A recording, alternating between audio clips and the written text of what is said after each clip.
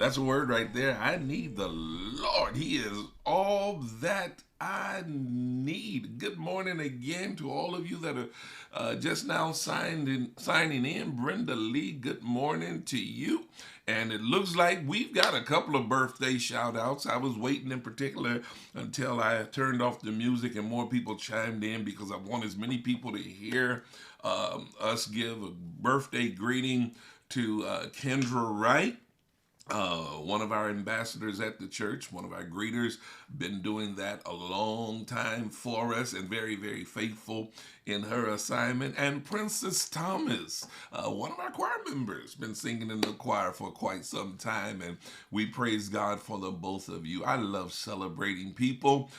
This is your special day. Enjoy it. Be blessed. God bless you. I'm telling you, don't take it for granted. Don't take it for granted. And whatever you do, um, don't look at yourself as just getting old. I hope that's not the case, that either of you feel like, well, I'm getting old. No, you're getting better. You're getting better. And God has blessed you with another year, so don't take it for granted. So special shout out to Kendra Wright and Princess Thomas celebrating their birthdays. And again, we'd like to celebrate your birthday with you. So if you all would put that information on the screen, they'll let you know how you can fill out the form and so that we can celebrate you. Gwendolyn Busby, good morning to you from Dallas, Texas. All right, Sister Gwendolyn, God bless you again. Thank you for having being with us rather this morning. And I just encourage everybody from wherever you're from, if you feel like this platform is truly being a blessing to you, share with your friends, your family members, your co-workers, your neighbors. If you're so inclined to, even share it with your enemies. They might be blessed from it. Good morning, little sis, Andrea Bledsoe, my little sister. Good morning to you. Praise the Lord. Praise the Lord. This is another wonderful, wonderful, wonderful day. Well, I think I'm going to jump right into what I want to talk about this morning because, y'all know me. I'll get to talking about something else and I'll get on a roll and never get to what I intended on talking with you about. But today I want to encourage you to get in the habit of thinking things through. I mean, really thinking through whatever you're about to engage in. Think it through when you get ready to react or respond to something. It's so important that you learn to discipline yourself to think things through. Many people by nature are impulsive and reactive, meaning they're more prone to act on emotions as opposed to acting on reality and reason. Some people are prone to react simply to what they hear rather than actually researching the matter or collecting more information to see if whether or not what they're receiving, what they have heard, is true or not. And that's really, I've discovered in my years of experience in various arenas that's just not a good way to operate. It's not a good thing to just be impulsive or reactive to everything because sometimes people, even though they may be well intended, they can give you some bad information and have you all frustrated and reacting to something or even over reacting to something that at the end of the day, when you finally find out what the truth is kind of embarrassing after you have responded or reacted to certain things. But that's the way some people are. They're impulsive and they are reactive. They're quick to make conclusions. Their decision making is not always the best because their decisions are most often based on their emotions. They're based on how they feel about things. And actually the reality is some of those the those emotions that they are reacting to, it's not just based on how they feel about things, but sometimes it's based on how they are feeling at the time. I mean, just really, really, really think about this. Some of you can attest to the fact, many of you, if not all of you, can attest to the fact that if you are in a certain mood or disposition about one thing, it can affect how you respond to everything else um, within that present time frame. I think I mentioned this the other day, that sometimes we can allow one little incident to mess up our entire day because it changes our disposition. That our emotions are tricky. Our emotions can play a lot of tricks on us. Our emotions can get us into a lot of trouble, and that's one of the reasons why it's so important that we discipline ourselves to learn how to handle our emotions.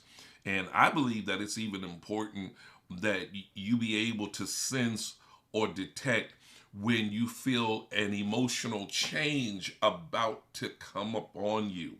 I've learned how to do this over the years. I'm not telling you that I'm perfect with doing it over the years, but perfect now with doing it. But I've learned and practiced how to sense when I'm starting not to feel so good about something, when something is about to push me to the edge of irritability to the degree that I'm not being who I should be, particularly with my interactions with other people, or it clouds my thinking when I need to make major decisions. And so sometimes what I do is simply remove myself from certain situations.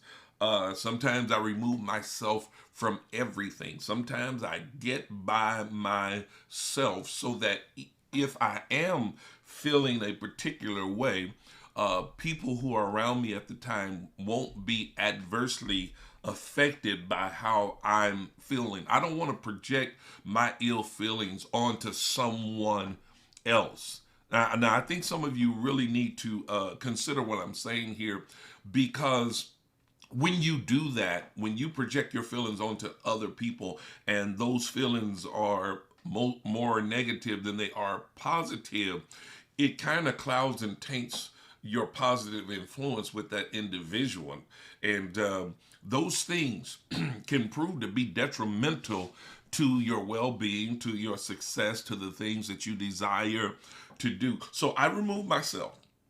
I get by myself. I quiet myself. If I can't remove myself from the situation immediately, what I do sometimes is I just get quiet.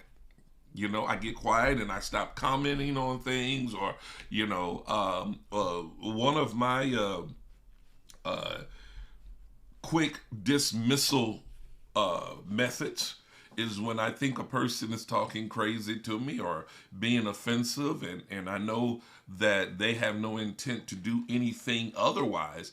I'll just say, okay, okay.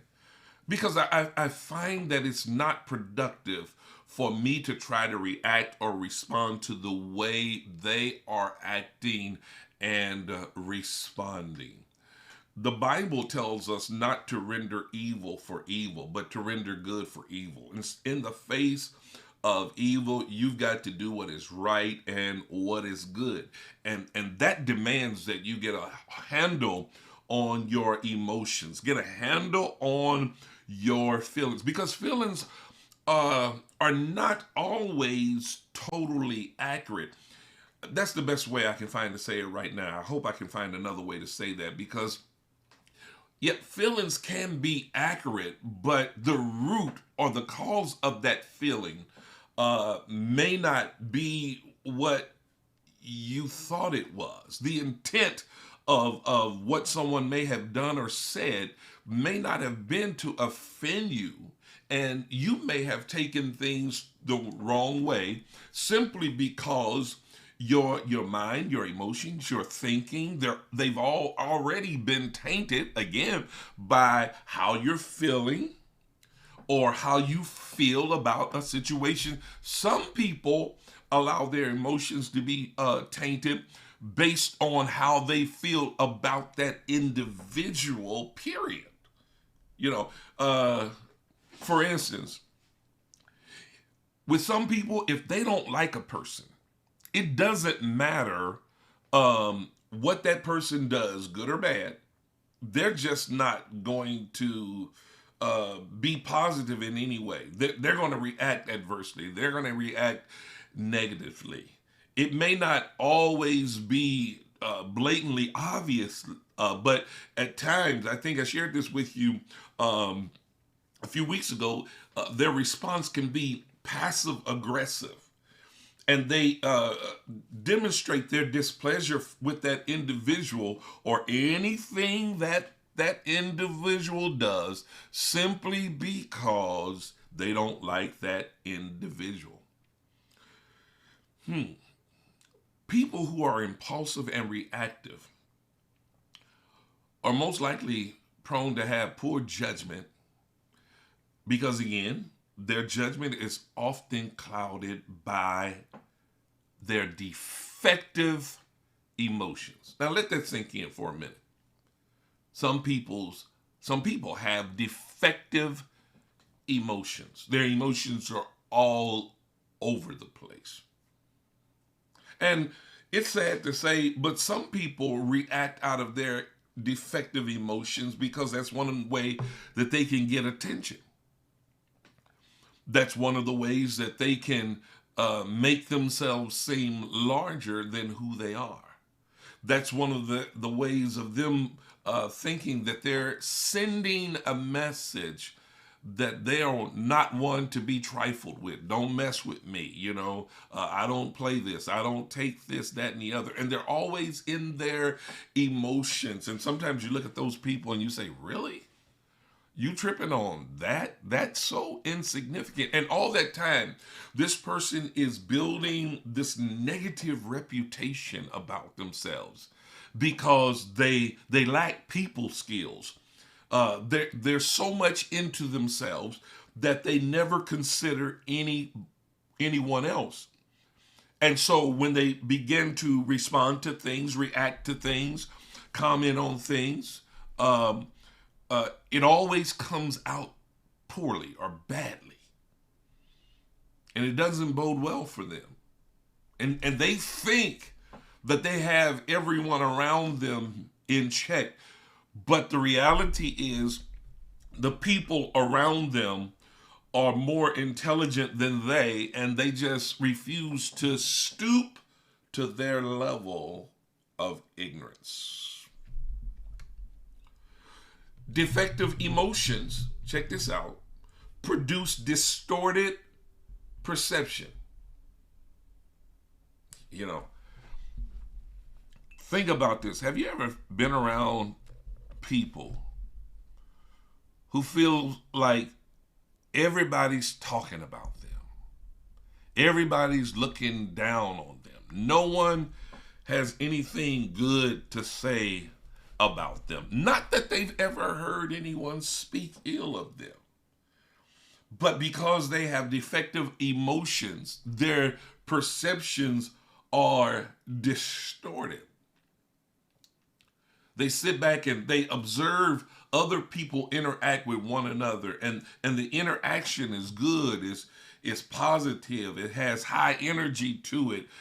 But yet when people interact with them, they're low key.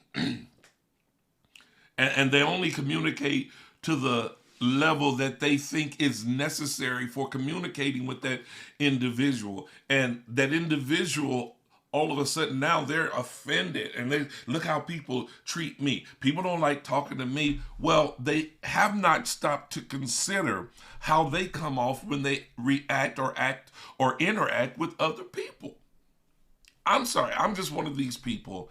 I don't like dealing with people who are constantly coming off as being snooty or uppity or if everyone else, as though everyone else around them is beneath them. I can't deal with people like that. I don't like to see them act one way with me and then instantaneously change and act totally different with someone else. Because let's be honest, this is not brag, this is just reality. Some people, because of who they perceive me to be, my level of influence with people, my position, my notoriety in the community, or in the Christian community, if you will, if not in the community at large. Some people notice that notoriety and they want to grab on to my coattails. And so they'll be nice and wonderful and treat me just fine, but then I turn around and see them treat someone else who may not have the name recognition that I may have, treat them totally different, as though they are insignificant. And then you're wondering why people won't interact with you. Excuse me. I think it's important that you be who you are, but it is just as important that you develop yourself into being who you truly want to be. If you want people to perceive you as a wonderful person, as a kind, compassionate person, yet a person who believes in taking care of business and not really playing games of foolishness, then you've got to practice being that person at all times. If you have to, practice being that person until you actually become that person. Because otherwise, you're going to continue to do and say things that are going to put you in a bad light. And if you truly want to experience success in your life, in every arena of life, you've got to develop yourself into being a person who people will gravitate toward. I make it my business. I've been a people person all of my life. But even as time goes on, I'm constantly trying to hone my people skills. I try to be very aware of what I'm doing, how I'm responding, what my facial expressions look like when I'm greeting people. There was at one time, this was ridiculous to me, but I was accused of being flirtatious because I smiled at everybody. Now, notice what the key word is here. I smile at everybody. I greet everybody the same. If you really, really, really watch me when I'm interacting with people, and I invite you to take the opportunity to do so, particularly those of you that are regular attenders of Canaan Worship Center. At time before COVID, pre-COVID, Lady Ann and I would stand at the back of the church as people were exiting, and we would greet everyone as they came through what we could call the receiving line. We would greet everyone. And if you would notice, my expression with greeting people was all the same. It wasn't about being flirtatious. No. The only one I'm flirting with is Lady Ann. And I get a whole lot of that in with flirting with her, like I'm doing right now with your fine self. Okay, yeah.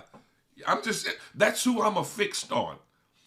But when it comes to greeting and interacting with people, I'm just that friendly person who believes in greeting people with a smile, greeting them with a warm greeting. And I want them to know that it is very, very, very genuine. I don't have to fake it because that's who I am. Have I always been that way? No, not necessarily. How did I get to be that way? There was a time that I would often walk around with a frown on my face. I was a young kid, And don't ask me why necessarily. I think it was because every now and then people would pick on me because I was much smaller. I was really small. I was small during my childhood. I was a small person, both thin and short.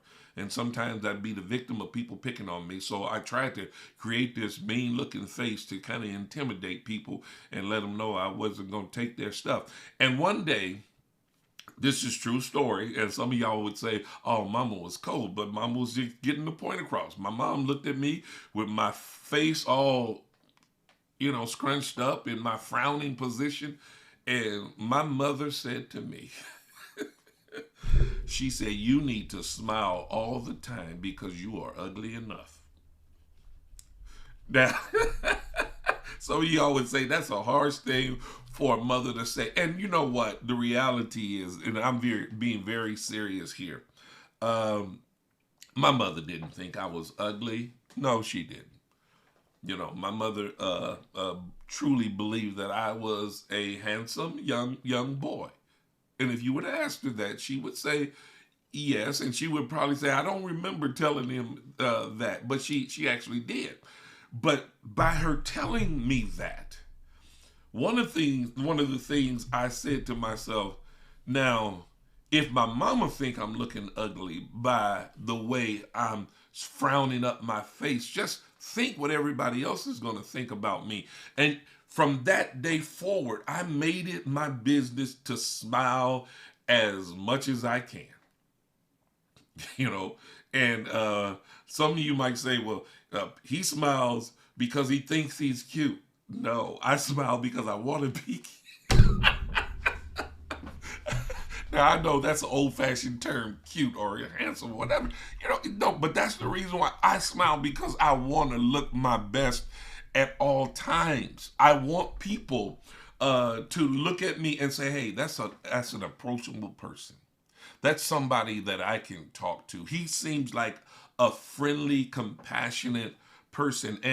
And yes, I am, because okay, if I was to let Lady Ann jump in here right now, she would probably tell you, yes, sometimes I can be too friendly in terms of letting people stop me and interrupt my whole scheduling.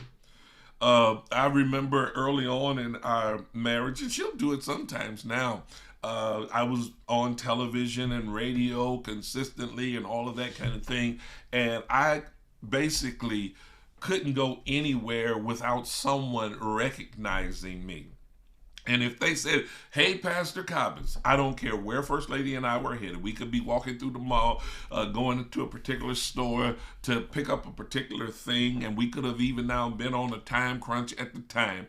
And if somebody said, hey, Pastor Cobbins, I would stop, turn to them, and greet them and smile, and they would tell me how they appreciate my ministry and all of that. And I would just listen to them talk. Oh, God bless you. Oh, and then I'd even ask them some things about themselves. So where do you attend church and that kind of thing? Get involved in a little casual conversation. And First Lady would stand there for as long as she could. And after a while, she would just walk off. She like, you know what? I'll see y'all later. And it's crazy, y'all. This is oh so very true, but this is so crazy. She got to the point where she started acting like she was my mother. We pull up to a place and she say that, look, when we go in here, I don't want you talking to anybody.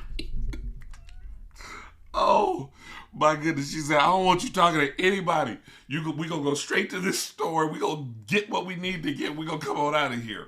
Or when we go into the restaurant, if we see somebody walking in, they, hey, Pastor Cobbins, she say, you better keep it moving. Let's get to our table. We gotta eat. We gotta get back to church. She does that now. It's funny sometimes. I tell her, I say, you jinx yourself. You jinx yourself. Because even when we go out of town at times, we'll go out of town and she'll say, okay, you don't even know anybody down here, so don't be trying to talk to anybody because don't nobody know you and you don't know anybody.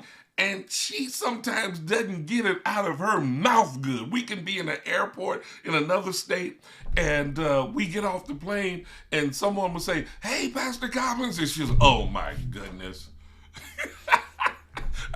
Oh, it'd be so funny to me. I said, listen, if you would stop saying that, maybe that would stop happening. But the reason why that happens so much is because of my disposition with how I interact with people. And believe it or not, while it may be annoying to some people, for me, it opens the doors of favor. It may not manifest instantaneously, but somewhere down the road, some people remember their encounter with me, and I've been told this. You know, the first time I met you, you acted like we've known each other forever, and that really impressed me. It opens doors of favor for you. And that's the reason why I say to you, I'm urging you now that when you are going to react to anything, make sure you take the time to think things through.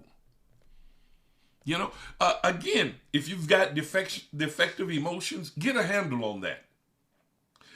Get yourself delivered from operating in your defective emotions. Why is that? Because people who fall into this category of having defective emotions seem to have no concept of what it means to process their thoughts. They don't think. They don't think. Processing your thoughts, understand this, involves sending your thoughts through a filter. You have to do that at times. More often than not, you got to learn how to send your thoughts through a filter. When you take the time to process your thoughts, you decipher between what is good and what is bad. You decipher between what is right and what is wrong. You take the time to consider what thoughts are productive and what thoughts would be detrimental to your well-being or the well-being of others as well. Because there are certain things that not only affect you, certain things that you do, certain things that you say, certain reactions that you have to certain things, they not only affect you, but they affect the others around you. They affect those who are connected to you. Praise God. They affect the person that you're interacting with. You're interacting with this person, and whatever you do is going to affect them. So you want to filter things out. You want to filter out the things that are bad or inappropriate. And can I say this? We often say things like, when in Rome, do as the Romans do. That doesn't always apply. Why is that? Because even though you're in Rome, that doesn't make you a Roman. And sometimes when you try to do as the Romans do, you find yourself not being able to get away with what the Romans do. There's an underlying message there. I hope y'all catch it. There's an underlying message beneath the surface to what I just said, and I hope you catch it.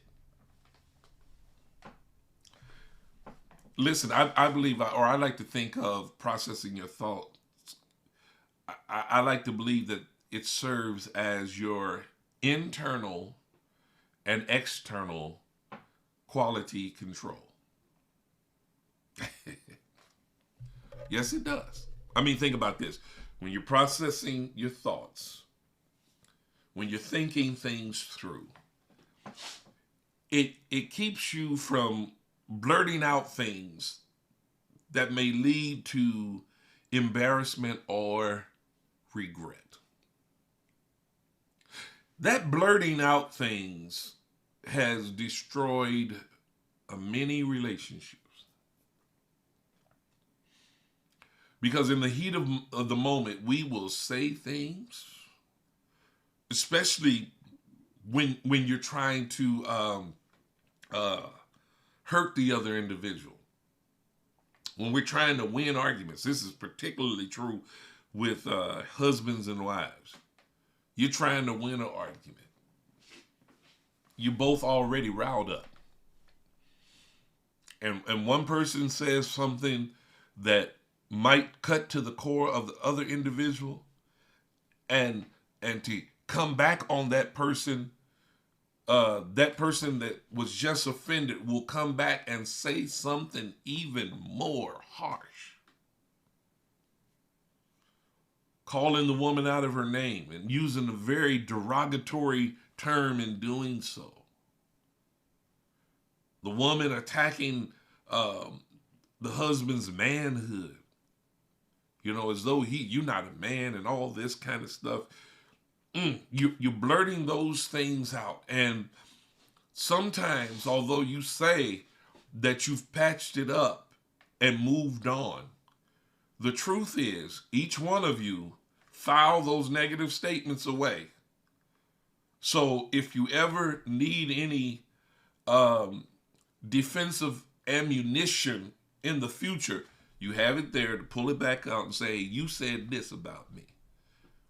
Let's not forget the time you called me this, that, and the other. Well, what about the time you attacked my manhood? Well, that was 3-4 years ago. And your relationship is never getting back on track because you blurted out some things that led to be embarrassing or regretful. Or how about this? Situations on your job. You're trying to impress the management because you'd like to have a promotion. And all of a sudden you respond adversely. In one moment, you respond adversely to something that someone says or does to you. And now your reputation is tainted because you didn't take the time to think things through. See, when you process your thoughts, when you think things through, it keeps you mindful of the importance of making a positive and lasting impression on others. Plain and simple, it keeps you from doing dumb stuff. Show of hands. How many of you at one time or another has done something just dumb? And you regretted it after you did it. You said something just stupid. You said something just embarrassing. You let it fly out of your mouth. Or you did something or reacted to something without thinking about it. And there you just, it was just dumb. People do that because they never take the time to consider what they're about to do. They never think it through. That's a dangerous way to conduct your life. And please understand this, people. Saying that you're sorry can never reverse or undo acts of dumbness. Acts of stupidity. Y'all, this is a platform. I just keep it real. Some of you all might be offended by those terms, but y'all know as I'm rolling these terms out, acts of dumbness and stupidity. Many of you can say, yeah, I know what you're talking about. And I'm telling you, it doesn't matter how much you say that you're sorry. There's an old saying that says, you can never unring the bell. You can never recapture words that have been released. And so you need to think before you react. Have you ever been in one of these situations where you've seen someone post something that hit home close to you and it seemed to be somewhat personal, and you picked up your phone or your device, or it could be email even now, and you start typing out this response to this person and you are letting them have it. You're not holding back anything. You letting them, you ripping them asunder. Let me tell you something. You're not going to get away with this. You type that whole thing out. And before you hit that button, it's always good to stop, read it, sit back, think, and not just impulsively hit send after you've gotten out all those thoughts. But have you ever done that and then say, you know what, it ain't even worth it. Delete, I'm not even going to send this. You can't imagine how many people you've spared hurt and pain, even though you may have been right and justified with your thoughts. Listen, it happens to me all the time. I don't waste the time to type it out, you know, what I'm feeling at the time. My thing is for me to get it off my chest and keep me from responding to it. I'll talk to Lady Ann. I'll talk to my wife. And I'll tell her everything I'm feeling. You know, I tell her, I just want to go and wring their neck. I want to go and knock their head off. Bishop. Yes, Bishop. Yes. I keep telling y'all, I still have a human element about me. Now think about this. Say what you want to say. I didn't say I ever went and did it, because I haven't. I really haven't done anything like that. But at least I can purge myself of those feelings by talking it through with someone who I trust, someone who I know loved me, and someone who's going to talk me off the wall. First Lady can talk me. First Lady can talk me off the wall. Honestly, y'all. And I think some of y'all really, I don't know if y'all really think that I'm just making up stuff with me just to entertain you. I'm telling you all the truth. It's the kind of relationship that she and I have. She can call my name and my whole demeanor will change. Not in fear. Don't think it is like that. No, that's not how it is. But when she calls my name to get my to get my attention, I never want to ignore her, because she'll kind of tell me, you know, okay, you know, I understand how you feeling, but you don't want to do that. You don't want to do that. You don't want to do that. She just through.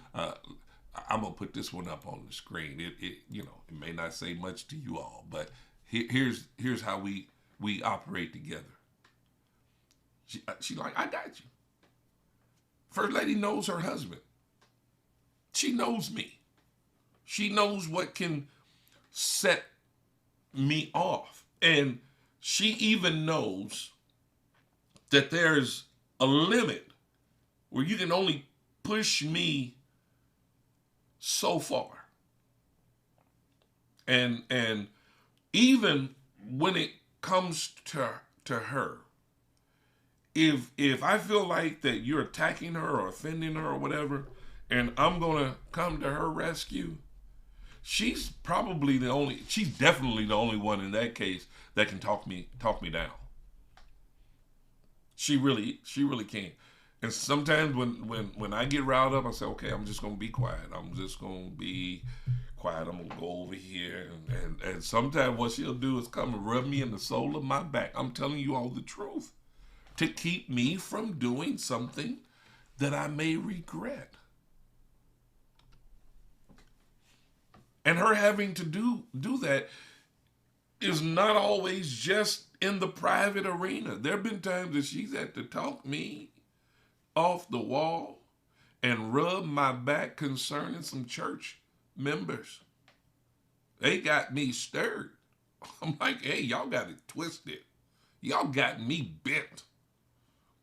You gonna do this kind of thing? I'm gonna show you who I can be And I'm gonna be sanctified while I'm beating them down. I'm gonna be hallelujah, hallelujah. No, okay. No, but really, again, I know a lot of people, a lot of pastors, a lot of preachers who have that type of disposition, and I think we're all subject to be set off like that, to have some things triggered in us if we're not careful. And that's the reason why you got to discipline yourself to get a handle on your emotions and think things through. Please understand that processing your thoughts can prove to preserve your integrity. It can protect your reputation. Hear me, and please understand, this is business and otherwise, business and personal. When you think things through, it'll help to preserve your integrity and protect your reputation. Here's what you got to know. And remember, people will remember you much longer for the stupid things you do and say than they will for all the good you've ever done in your lifetime. You can live the brunt of your life just doing all the good you can, helping people in every way that you can, showing love, compassion, and concern for other people. And all of a sudden, you make one mistake, say one thing that seems to be stepping over the boundaries, if you will.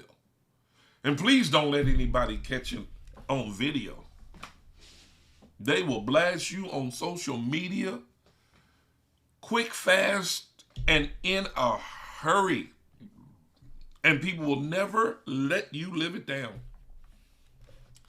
It's been said. It's been said. I know you have heard this. It takes a lifetime to build a good reputation, and just one stupid act to tear it all down. Why is that? It's because most people don't realize how important it is to just think things through. Think it through. Oh, y'all, I could share with you just numbers and scores of stories of incidents that have occurred with me, because y'all, I think y'all know this, but let me share it with you from the perspective of having lived it. For some reason or another, people love to tear down others who have good reputation or who seem to be experiencing great success in life. Why do you all think the tabloids make so much money? Because they got the paparazzi going around trying to find dirt on celebrities and people of influence. And people like to hear dirt. They love to find out that the lives of those people who are so well revered aren't as perfect as they appear to be. And so people try to find little things that these celebrities or people of influence or people of wealth find, little things that they do wrong or may not do so well or may not be so complimentary towards other people. And they will blow those things up, and people will never allow them to live those things down.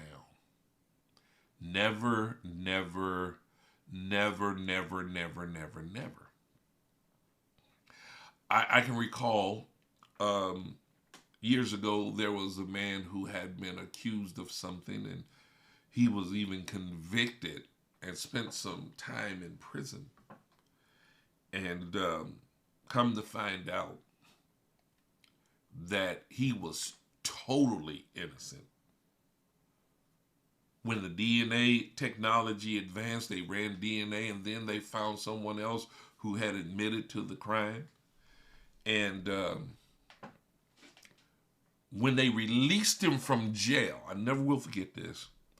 They asked the man, they said, what would you like to say? He said, I got one question. He said, where do I go to get my reputation back? Because despite the fact that he was innocent, some people would never allow him to live down the fact that he spent some time in prison. People love tearing down other people. And since people love tearing down other people, let me suggest to you that don't you give them any ammunition. Don't give them any help in terms of you. Be mindful of who you are at all times. Be mindful of what you're saying. Be mindful of what you're doing. Be mindful of how you're reacting. Keep your reputation intact. Many lives have been destroyed while in the heat of a moment. Acts of violence, through breaking of laws, through violating covenant relationships, the destruction of lifetime opportunities. Yeah, say something dumb, do something dumb, and all of your opportunity goes out the window.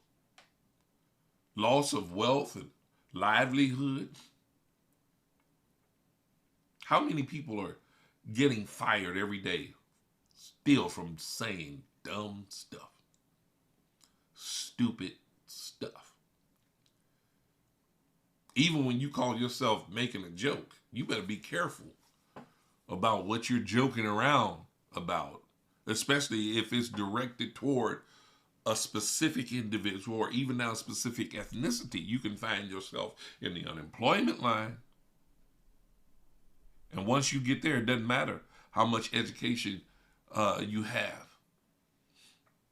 Your education has now all been nullified by your dumb words.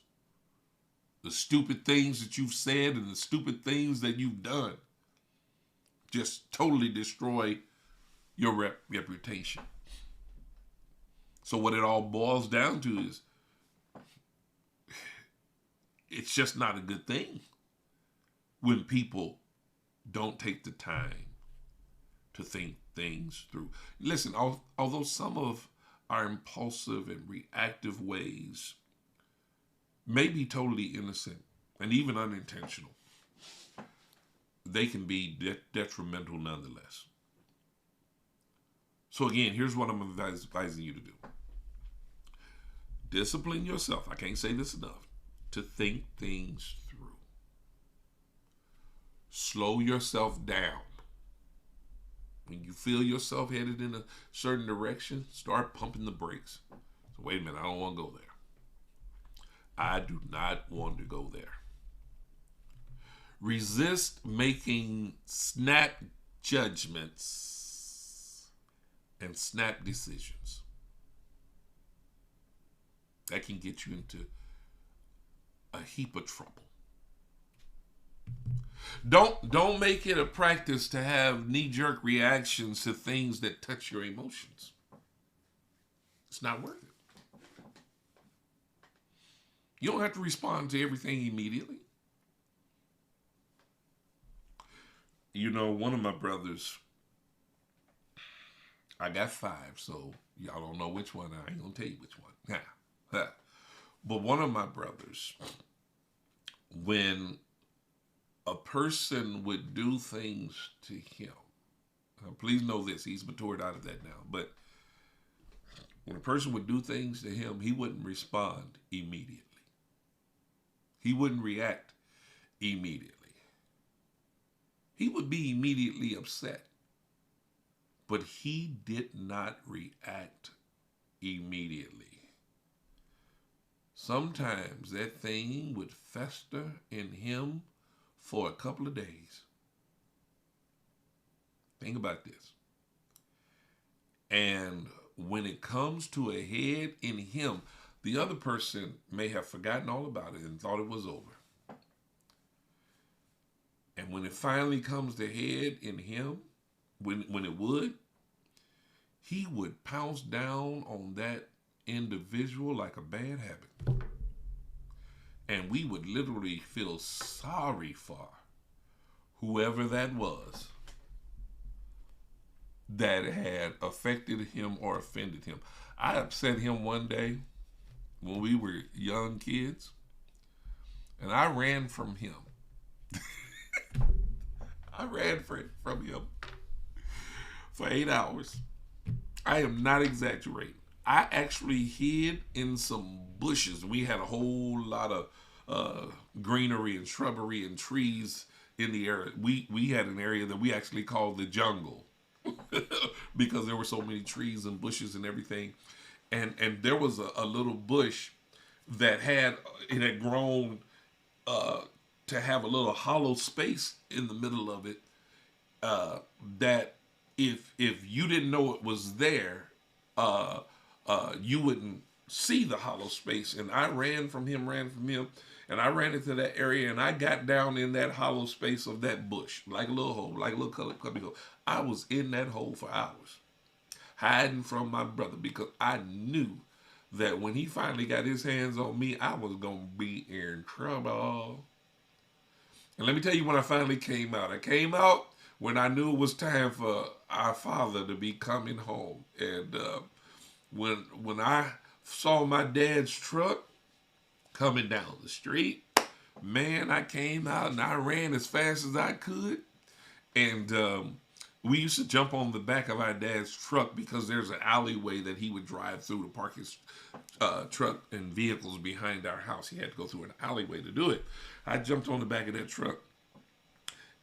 And when I jumped on the back of that truck, here come my brother running behind it, still trying to get to me. But I knew that once I got out of the truck and got next to Dad, he wasn't going to be able to touch me. Here's the problem. We shared a bed. And that brother didn't let it go. He still wound up getting me in one way or another. He did. But again, your emotions, they can get the best of you. Listen, I want to encourage you to develop your constitution to the degree that you become strong enough to dictate to the moment rather than having the moment to dictate to you.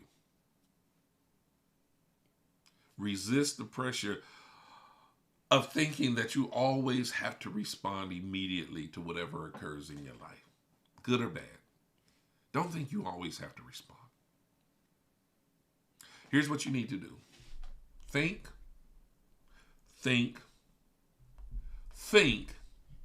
and then keep thinking. Now, I know there's a time to actually respond or to react. But once you respond or to react, if you go through the process of thinking, your actions will be more in order and more beneficial to you. You'll benefit greatly by putting what I'm telling you into operation. If you employ what I'm telling you in your life with regards to thinking things through, you'll see that you'll benefit greatly from it. I share this with you because I want you to be able to live your best life and your blessed life. Yes, I do. And you can do it. And again, this is not just applying to your church life, your spiritual life, but it's apply it to life in general. Life in general. Even when you're about to make a business transaction, don't always have a knee-jerk reaction. Think it through. And when you do, you'll likely not regret your decision. God bless y'all. I hope y'all been blessed by that. I hope that's been beneficial to you.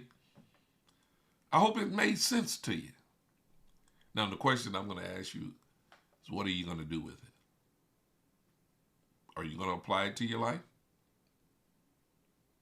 And listen, if you have to devise some type of little process that you go through to make sure that you're taking the time to think. People used to say, count to 10 and all of that. May sound dumb, but whatever it takes to get you to slow down, to back up, to not be so reactive, do that. Okay? It'll bless you. Yes, it will. Before I sign off, I want to encourage you, if you have not yet subscribed to our YouTube channel, take the time to subscribe to the channel and turn on the notifications. Again, that's a two-step process. Subscribe to the channel, then turn on the notifications. It all involves that little bell right there. Make sure that bell is not crossed out. If that bell is crossed out, that means that your notifications are not on. Okay, so turn on your notifications so your phone will notify you, your devices will notify you each and every time that we come on to share with you. Also, if this platform has been a blessing to you, please share it with other people. Invite them to be a part of our Morning Mocha family.